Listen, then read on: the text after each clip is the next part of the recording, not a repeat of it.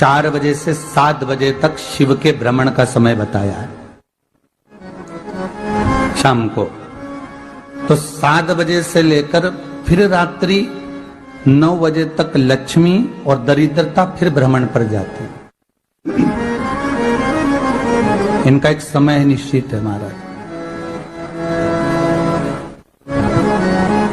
भ्रमण कर कर आ जाना। अब इस बीच में जब लक्ष्मी और दरिद्रता दोनों निकल कर जा रही हैं तो दोनों एक भाव रख कर जाती हैं कि आज हमको कहां प्रवेश करना है।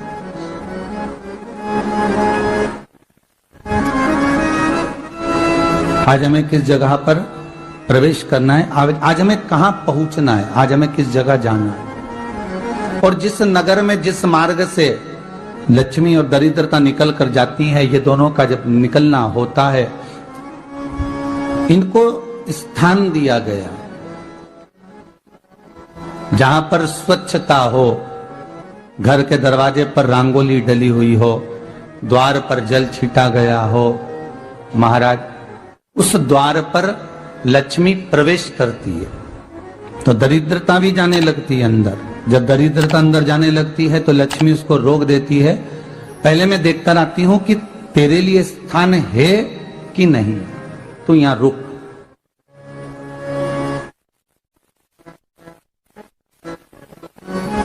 कुछ देर तक दरिद्रता बाहर खड़ी रहती है और लक्ष्मी जी की बड़ी बहन जब दरिद्रता बार बार अंदर जाने का प्रयास करती है तो लक्ष्मी जी कहती हैं, जीजी तू इतनी बड़ी होकर तुझे मालूम है तू तेरा सम्मान होना चाहिए, आदर होना चाहिए, और तू अंदर चली जाए और कोई तेरा सम्मान ना करे तो कितना बुरा लगेगा, इसलिए तू बाहर खड़ी रहे। मैं अभी आई। अंदर जाती है और जब लक्ष्मी जी भ्रमण कर लेती हैं, अंदर प्रवेश कर कर आती हैं और प्रवेश कर कर आती हैं तो दरिद्रता पूछती है चले अंदर। तो लक्ष्मी जी कहती हैं, तुझे मालूम नहीं है क्या जीजी कि जिस घर में मैं प्रवेश कर जाती हूं उस घर में फिर दरिद्रता नहीं जा सकती, क्योंकि ये तेरा वचन था, ये तेरा वचन था।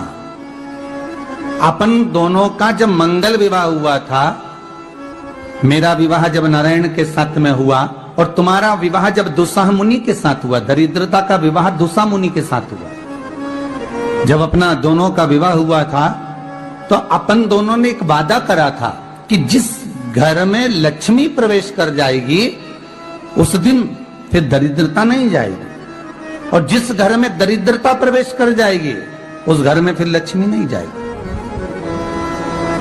अब जब मैं अंदर देख कर आ गई हूं तो तू अंदर नहीं जा सकती, अर्थात लक्ष्मी के चरण जिस घर में पड़ गए उस घर में फिर दरिद्रता प्रवेश नहीं कर रही। चलते चलते फिर दरिद्रता ने देखा और लक्ष्मी जी इसको लेकर गई और लक्ष्मी जी ने देखा कि इसके दरवाजे पर जल नहीं छीटा गया, इसके दरवाजे पर ना रंगोली डली है, इसका द्वार साफ नहीं हुआ, इसके द्वार पर दीप नहीं है, इसके द्वार पर कलश नहीं है, इसके दरवाजे पर ढेर सारा कचरा पड़ा हुआ है, कोई श्वान कोई कुत्ता गंदगी भी कर कर चला गया है, कहीं बिल्ली ने गंदगी कर रखी है, कहीं जीवों ने कुछ गंदा गिरा रखा है। तो फिर लक्ष्मी जी कहती है, जी जी अब मैं होकर आ गई थी ना, अब तू जा, तू होकर आ। और दरिद्रता प्रवेश करती है तो अंदर जाकर क्या देखती है दरिद्रता कि इतनी सवेरे से मैं घूमने इनके दरवाजे पर आई और ये तो सब चादर तान के चकाचक गुर्राटा भर भर कर सो रहे हैं। तो दरिद्रता कह देती है, तुम्हारा भाग्य ही बेकार है, तो मैं क्या करूं, तुम ऐसे ही सोते रहो। और दरिद्रता गुस्से में बाहर निकल कर आती है, लक्ष्मी से कहती है, लक्ष्मी तू इसके घर में जाना ही मत ही। तो दरिद्रता को कहती है, जीजी तेरी बात नहीं मानूंगी क्या मैं? लक्ष्मी जी बोली, मैं तेरी बात नहीं मानूंगी, बिल्कुल नहीं जाऊंगी इसके घर में, तू चिंता मत कर, चल आगे चल। फिर आगे बढ़े। ये लक्ष्मी और दरिद्रता का प्रवेश है।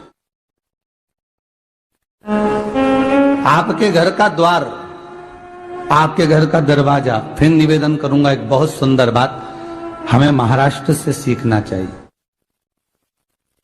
हमें साउथ से सीखना चाहिए, दक्षिण से। जिस समय पर भक्ति देवी यमुना जी के घाट पर रो रही थी अपने पुत्र ज्ञान और वैराग्य को गोदी में लेकर समय देव ऋषि नारद ने एक प्रश्न किया था कि तुम कहां पर पोषित हुई हो, तुम्हें ऊर्जा कहां से प्राप्त हुई? तो कहा मैं गुजरात से तो चली हूं।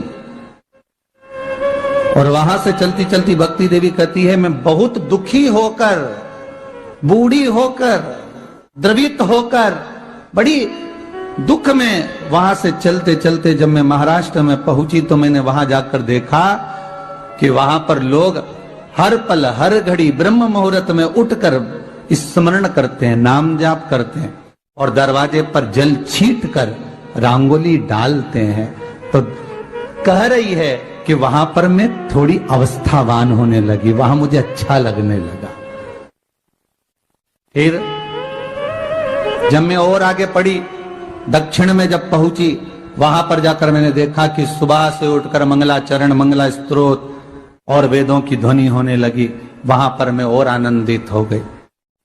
हमें कुछ चीजें महाराष्ट्र से सीखना चाहिए कि वहां रहने वाले जो भगत हैं, वारकरी संप्रदाय के जो भक्त होते हैं, वैष्णव जो धर्म के भक्त होते हैं, उनका नियम है सवेरे के समय घर में पानी है कि नहीं है, पर जब भी वो घर का दरवाजे के बाहर थोड़ा ना थोड़ा पानी तो छींट ही देते हैं। और छींटने के बाद फिर वहां पर अपने यहाँ तो दिवाली पे रंगोली बनती है जी, और वहां पर रोज की रंगोली बन जाती है कि कभी हो सकता है परमात्मा राह भूल कर हमारे घर में प्रवेश कर जाए, इसलिए वहां प्रतिदिन की रंगोली, प्रतिदिन।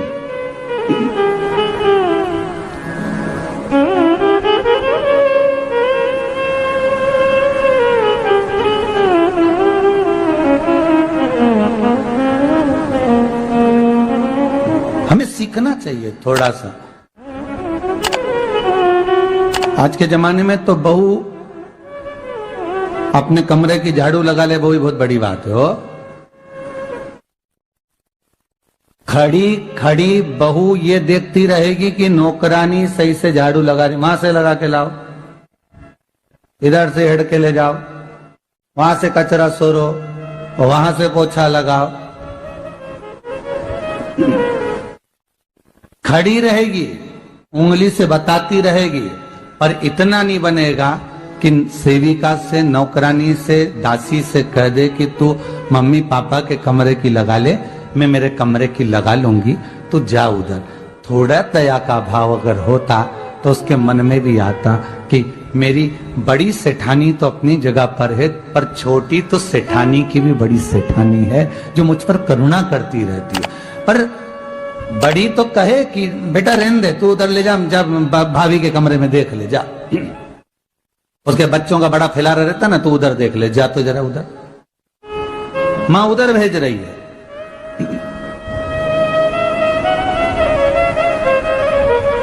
थोड़ा सेवा का भाव हमारे भीतर हो। और एक निवेदन तो हमेशा करा है और अब आज भी करता हूं, पूरे घर की सफाई करवाओ, पूरे घर में तुम पोछा झाड़ू जो चाहे करवाओ, मना नहीं है। पर एक निवेदन है, रसोई घर के अंदर बहू और बेटी ही जाकर भोजन बनाए तो अन्नपूर्णा सदा कृपा करती है महाराज, बहू और बेटी ही।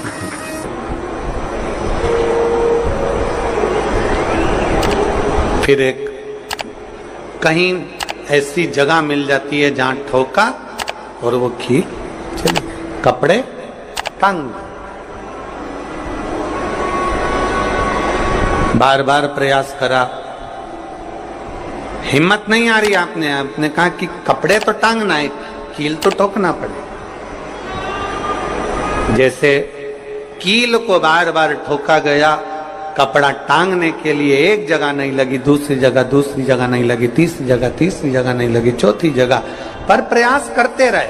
उसी तरह भगवान शंकर की, लोग कहते हैं कथा एक बार सुन ली, 2 बार सुन ली, 3 बार सुन ली, हम कहते हैं बार बार इस मन रूपी कील को परमात्मा के चरणों में ले जाकर ठोकते रहो, इस मन को भगवान के चरणों में ले जाकर छोड़ते रहो, कथा में इस मन को बार बार ले जाकर ठोकते रहो, एक ना एक दिन ये परमात्मा तक पहुंच ही जाएगी, ये निश्चित। थोड़ा प्रयास आपको करना पड़ेगा, थोड़ी मेहनत आपको करना पड़ेगी, प्रेशर बढ़ा, थोड़ा मेहनत थोड़ा प्रयास आपको करना। और मैंने तेरे ही भरोसे बाबा, तेरे ही भरोसे हवा बिच उड़ती जावांगी बाबा, डोर हक तो छड़ी नावे कटी जावांगी भोले मैं तेरी कदम। अब मन को लगाते रहो, शिव महापुराण की कथा में चित्त लगाते रहो। टीवी खोलो तो शंकर की कथा ढूंढो, टीवी खोलो तो ये देखो कि आस्था चैनल पर कहां कुबेरेश्वर महादेव आ रहा है, कहां कुबेर भंडारी आ रहा है।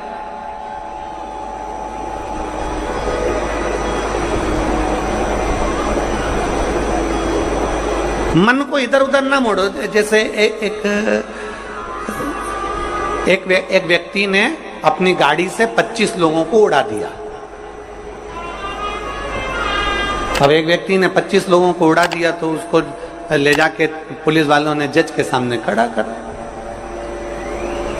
जज ने पूछा, तुम्हारे ऊपर इल्जाम लगा है तुमने 25 लोगों को उड़ाया। जी हुजूर। सफाई में कुछ कहना चाहते हो, सफाई देना चाहते हो? उसने कहा, हुजूर मैं गाड़ी चला रहा था, मेरा ब्रेक फेल हो गया था, तो एक तरफ 2 लोग जा रहे थे, एक तरफ पूरी बारात जा रही थी। अब आप बताओ हुजूर, जज साहब, मुझे गाड़ी का हैंडल कहां घुमाना था? जज साहब ने कहा, 25 लोगों से तो अच्छा था कि 2 लोगों पर गाड़ी चढ़ाता, 2 लोगों को उड़ा देता, पर 25 क्यों उड़ाए तूने? जज साहब आप बिल्कुल सत्य कह रहे हो, मैंने अपना हैंडल 2 लोगों की ओर ही घुमाया था, पर वो बारात में घुस गए थे। मैंने तो 2 के लिए ही हैंडल घुमाया था, पर वो बारात में घुस गए। हम भी ऐसे ही हैं, हमें शिव जी को 1 लोटा जल चढ़ाना है, हमें शंकर जी का भजन करना है, हमें भगवान को भजना है, हमें कथा सुनना है। हम जाते बड़े मन से कि हमें कथा सुनना है, कथा सुनना है, कथा सुनना है, कथा सुनना है, और मालूम पड़े कथा में जाकर बैठे, कोई इधर बात कर रहा था, कोई उधर बात कर रहा था, कोई पीछे आवाज लगा रहा था, कोई कुछ नहीं, तो तुरंत जितने बैठे रहेंगे ना, तुम सबका ध्यान एकदम उसी जगह पर मन जाएगा कि कौन ने क्या बोला, कौन ने क्या करा। अरे भाई, तुम आए कहां पर हो? भगवान शिव की कथा को सुनने के लिए। तुम आए कहां पर हो? शंकर को अपने दिल में बिठाने के लिए। तुम आए कहां पर हो? शिव तत्व को जानने के लिए। और अपने चित्त को हम भटका रहे हैं, अपने चित्त को इधर उधर लेकर जा रहे हैं, वो श्रेष्ठता नहीं।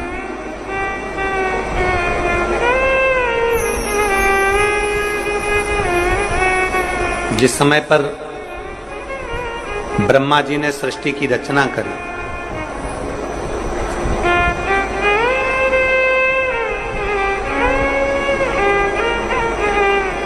सर्वप्रथम ब्रह्मदेव सृष्टि की रचना करना प्रारंभ करते हैं और देखते हैं कि ये संपूर्ण ब्रह्मांड को मुझे अच्छा बनाना है, प्रबल बनाना है, श्रेष्ठ बनाना है, इसकी रचना करना है, इसका विस्तार करना है। उन्होंने सनकादि ऋषियों को प्रकट कर, सनत कुमारों को जब प्रकट किया, सनत कुमारों को प्रकट करते से ही सनत कुमार तो भगवान शंकर की, भगवान नारायण की भक्ति में ऐसे डूब गए कि उन्होंने सृष्टि का क्रम आगे बढ़ाया ही नहीं। उन्होंने सृष्टि को आगे बढ़ाया ही नहीं।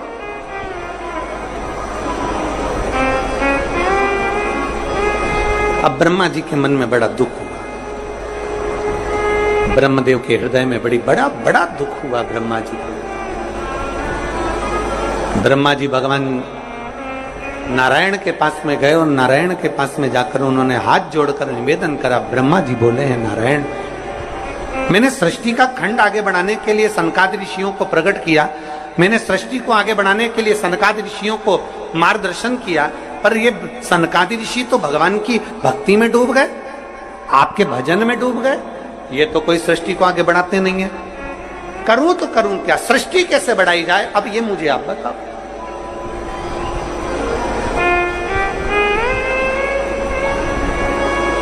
शिव कथा कहती है,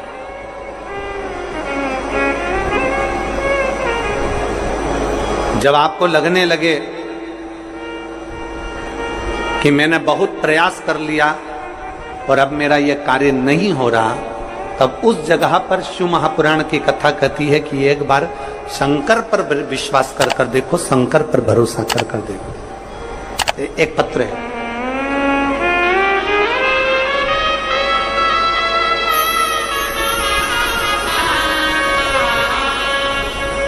मेरा नाम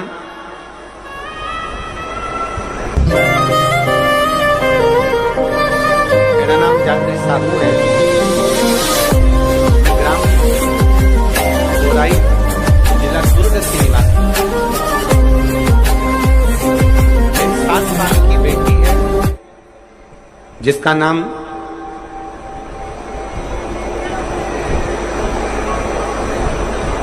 नीला है।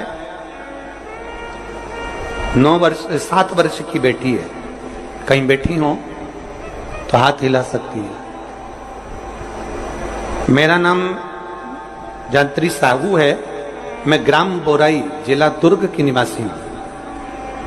मेरी 7 साल की बेटी है, कहीं बैठी है, बच्ची आई है साथ में, ले आओ उसको, धीरे धीरे ले आओ,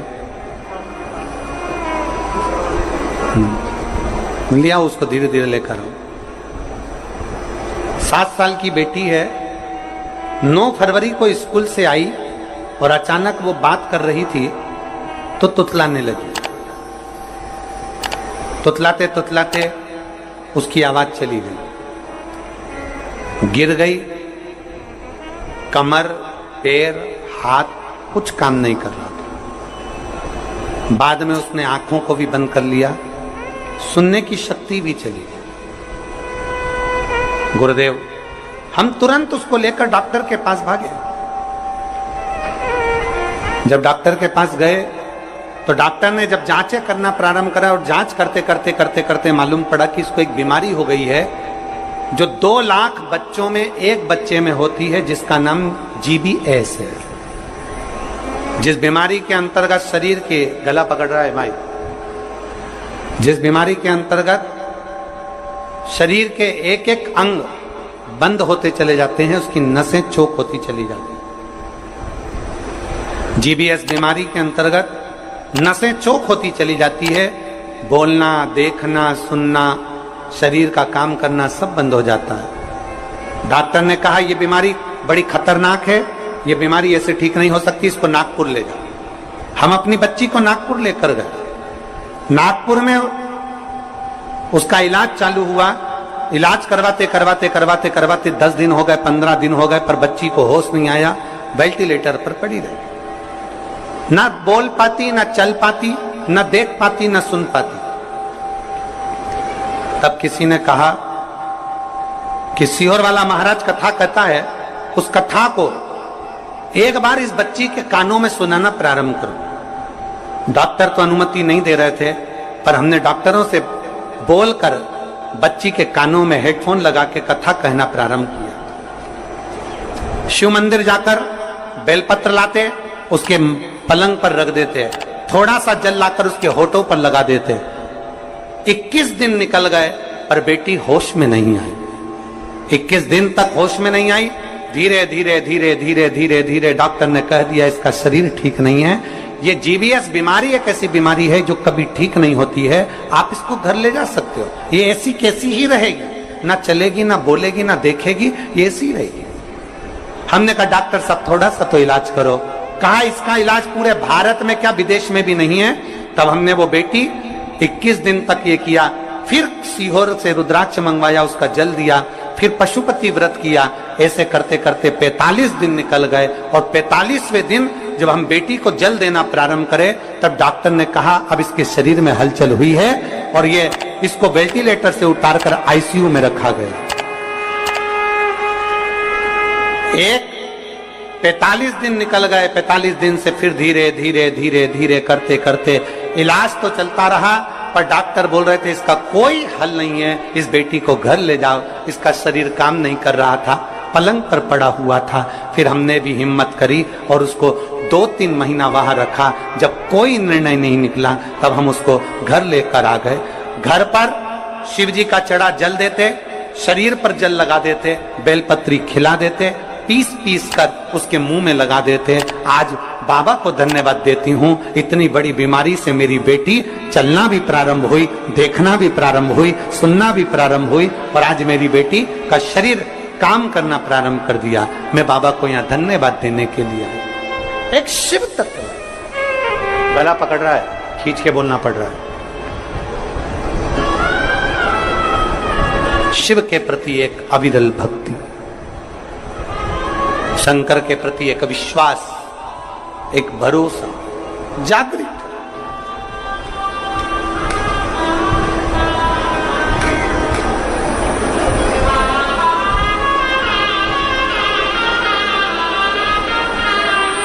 एक लाइन इन्होंने बहुत अच्छी लिखी है, बाबा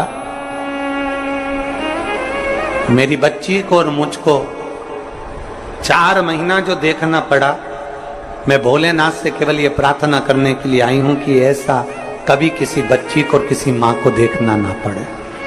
बस इतनी कृपा करूं। शिव औघड़ी है, शिव त्रिकालदर्शी है, शिव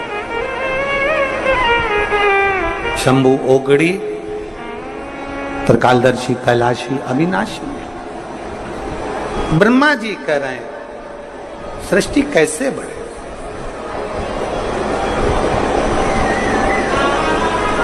सृष्टि की रचना कैसे हो। भगवान नारायण ने कहा कि आप एक काम करो, भगवान शिव के पास में जाओ, शंकर जी के देवादिदेव महादेव के पास में जैसे ही पहुंचे, भगवान शंकर से प्रार्थना करी ब्रह्मा जी ने कि मैं सृष्टि को कैसे बनाऊं, मैं सृष्टि की रचना कैसे करूं, इसको बढ़ाऊं कैसे, क्या करा जाए। भगवान शंकर ने कहा ब्रह्मदेव यदि भूलवश भी